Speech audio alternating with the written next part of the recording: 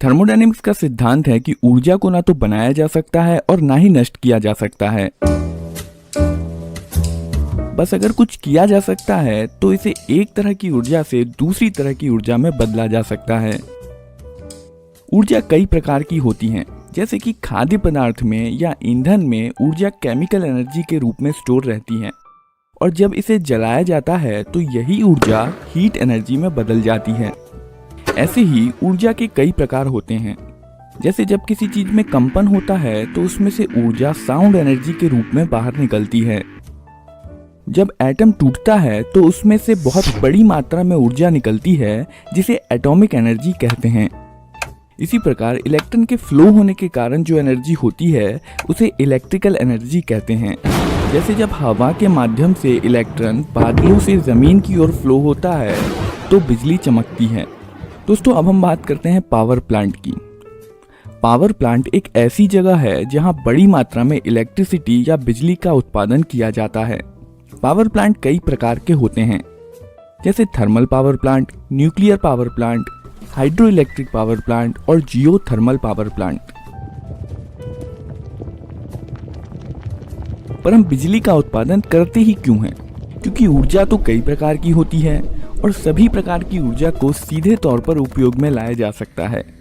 जैसे heat energy खाना बनाने के काम में आती है और ईंधन की एनर्जी से इंजन चलता है।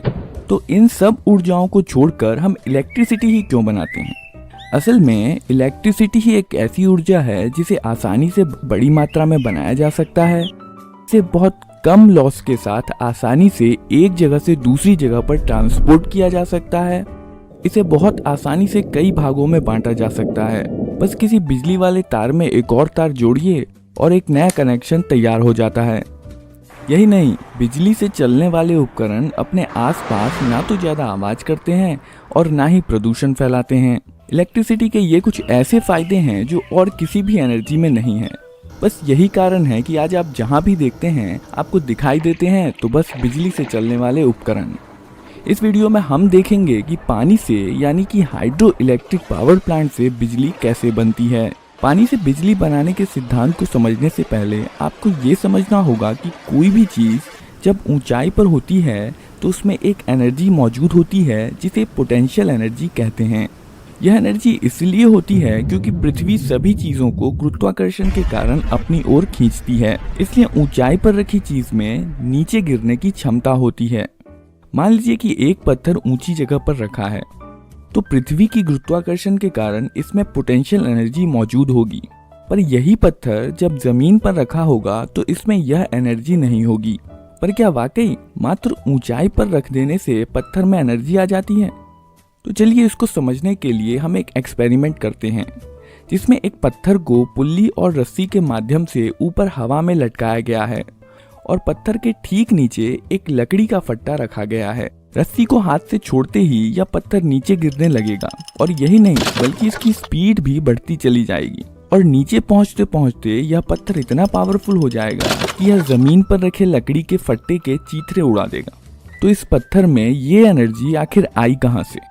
असल में यह ऊंचाई पर रखे पत्थर की पोटेंशियल एनर्जी ही थी जिसकी वजह से लकड़ी का फट्टा टूट गया।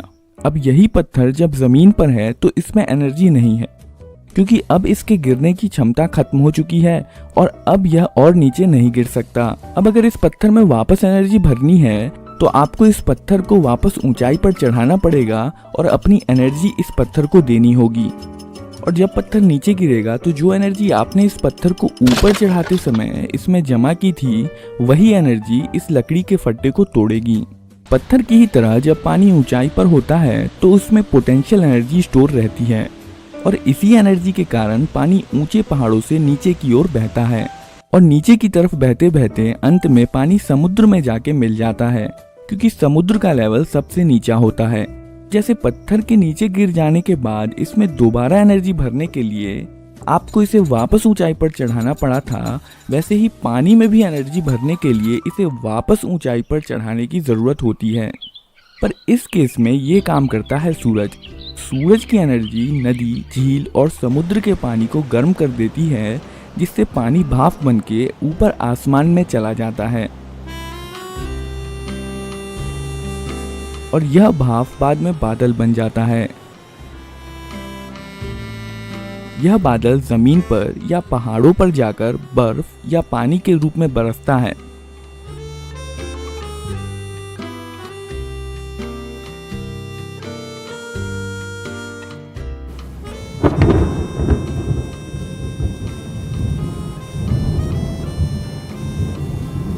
जिससे पानी फिर से ऊंचे लेवल पर पहुंच जाता है और वहां से ये पानी नदी में इकट्ठा होकर समुद्र की ओर बहता है। अब चूंकि सूरज की गर्मी के कारण ही पानी भाप बनकर वापस ऊंचे लेवल पर पहुंचता है, इसलिए नदी के बहाव में जो एनर्जी है वह मुख्यतः सूरज की ही एनर्जी है। पर इस एनर्जी का इस्तेमाल कैसे किया जाए? इस बहते हुए पानी से बिजली कैसे बनाई जाए? पानी से बिजली बनाने के लिए हमें ज़रूरत होती है एक डैम या बांध बनाने की। डैम बनाने के लिए इंजीनियर्स को एक ऐसी नदी को चुनने की आवश्यकता होती है जिसमें बहुत सारा पानी बहता हो, ताकि इलेक्ट्रिसिटी बनाने के लिए रिजर्वायर में पर्याप्त पानी जमा हो सके। लेकिन फिर उन्हें एक बड़ा रिजर्वायर बनाने के लिए एक गहरी घाटी की आवश्यकता होती है।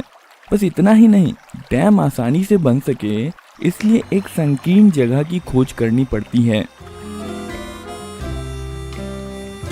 डैम नदी के स्वतंत्र बहाव को रोक देता है और इसके पीछे नदी का बहुत सारा पानी जमा हो जाता है, जिसे रिजर्वायर कहते हैं। अब अगर नदी के आसपास कोई बस्ती या घर होंगे तो वह इस रिजर्वायर में डूब जाएंगे, इसलिए इन लोगों के रीसेटलमेंट की भी ज़रूरत होती है।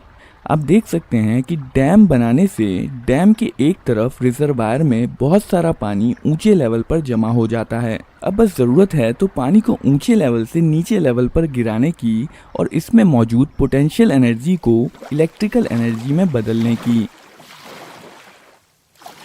पानी में से एनर्जी निकालने के लिए बड़ी बड़ी पाइप्स के माध्यम से पानी को नीचे की ओर गिराया जाता है। इन पाइप्स को पेनस्टॉक कहते हैं।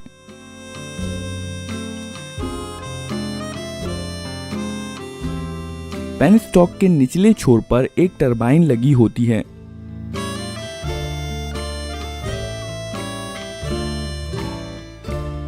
जब पेनस्टॉक के रास्ते को खोल दिया जाता है, तब इसमें से ऊंचाई से गिरता हुआ पानी बहुत तेज गति के साथ बाहर निकलता है और टरबाइन की ब्लेड पर धक्का लगाने लगता है, जिसके कारण टरबाइन ब्लेड घूमने लगती हैं।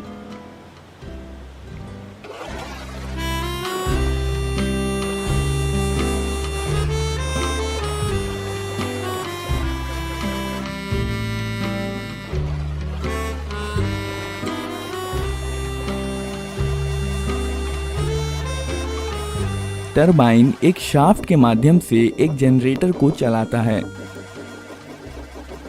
जनरेटर इलेक्ट्रोमैग्नेट्स का इस्तेमाल करके शाफ्ट की एनर्जी को इलेक्ट्रिसिटी में बदल देता है। असल में जनरेटर ही वो चीज़ है जहां इलेक्ट्रिसिटी बनती है। पावर प्लांट अक्सर घरों और कारखानों से काफ़ी दूरी पर होते हैं और इसलिए इलेक्ट्रिसिटी को घरों तक पहुंचाने के लिए बहुत लंबी पावर लाइंस का इस्तेमाल किया जाता है, और जितनी लंबी होती है पावर लाइंस उतना ही ज़्यादा होता है पावर लॉस। यह पावर हीट के माध्यम से तारों से बाहर निकल जाता है। तार का रेजिस्टेंस जितना ही ज़्यादा होगा और जितना ज़्यादा उसमें करंट फ्लो होगा, पावर लॉस भी उतना ही ज़्यादा होता है। और करंट को कम करने का एक तरीका है कि वोल्टेज को बढ़ा दिया जाए। इसलिए power companies step up transformer के जरिए वोल्टेज को बढ़ाकर कई 100 वोल्ट का बना देती हैं। यह बिजली शहर के नज़दीक स्थित इलेक्ट्रिसिटी सब स्टेशन में पहुंचती है, जहां इसके वोल्टेज को कम करके घरों और कारखानों में सप्लाई किया जाता है और इस तरह बिजली आपके घरों तक पहुंचती है।